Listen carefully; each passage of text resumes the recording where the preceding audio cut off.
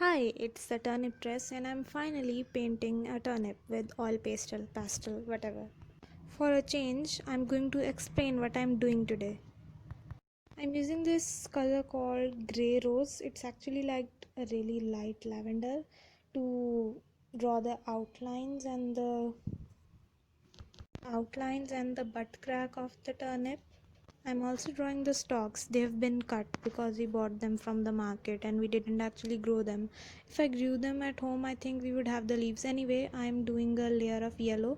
Then I am drawing the line which separates the pink and the white-ish part from the, what was I saying? Anyway, I have fallen behind and I must catch up. I'm using red and green together to create a brown where I could have actually used a brown. That's what I'm using today. But I'm again using red. I don't know what I'm trying to do. Maybe make a brown with that is more reddish or make a brown that is more green. I don't know. Then I'm using white over it to even it all out because I have gone crazy and I don't know what I'm doing actually. Then I'm cleaning the white color and I'm doing it again.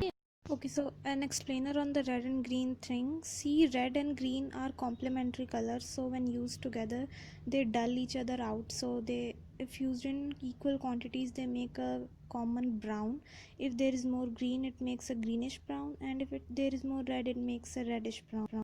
Okay, back to the turnip. I've used some carmine to make a base for the red. Then I'm using rose pink, whatever it is. Yes, that is it. I'm not good at narrating things at all. Anyway, I'm using green to make the color a bit dull. Again, red and green makes dull. I'm using my pinky finger to smudge it out. Carmine again, or is it rose pink? No one really knows. You have to pause the video to see. I'm using white again. At this point, things have become a bit difficult to explain. I'm just seeing the turnip and I'm putting down whatever colors I see, not actually being able to put down the colors I'm seeing on paper because it's difficult to interpret them. So I'm just doing whatever seems right. Oh, I'm using a light violet, I think it is, then brown again. And also, maybe in pictures you've always seen turnips that have the white portion really pure white or whatever, but actually turnips can seem a bit dirty in the white portion, on the white portion. No, I cannot get my grammar right when I'm speaking quickly, especially when it comes to prepositions. Or is it prepositions? So before recording this time lapse, I painted another turnip and then someone said that the white portion was not yellow enough. So this time I'm going crazy with the lemon yellow and trying to make it very very yellow. But I also don't like it to be so yellowish. So then I use white again, but then I think, oh no, it's not yellow. So then I use yellow again and then I go down with brown again. Anyways, even while recording this time lapse, I thought the turnip I made earlier, the one I just showed, looked better. Don't you think? Don't you think? Don't you think? Don't you think? Don't you?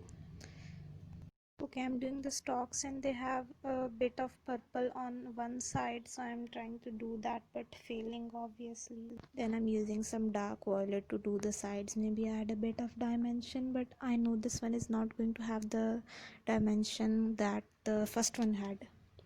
Anyways, let us try not to make fun of ourselves. Yes, for the shadow I'm doing purple and then I'm doing yellow, because again yellow and purple are complementary colors, so it will make a dull color instead of being just a yellow shadow or a purple shadow.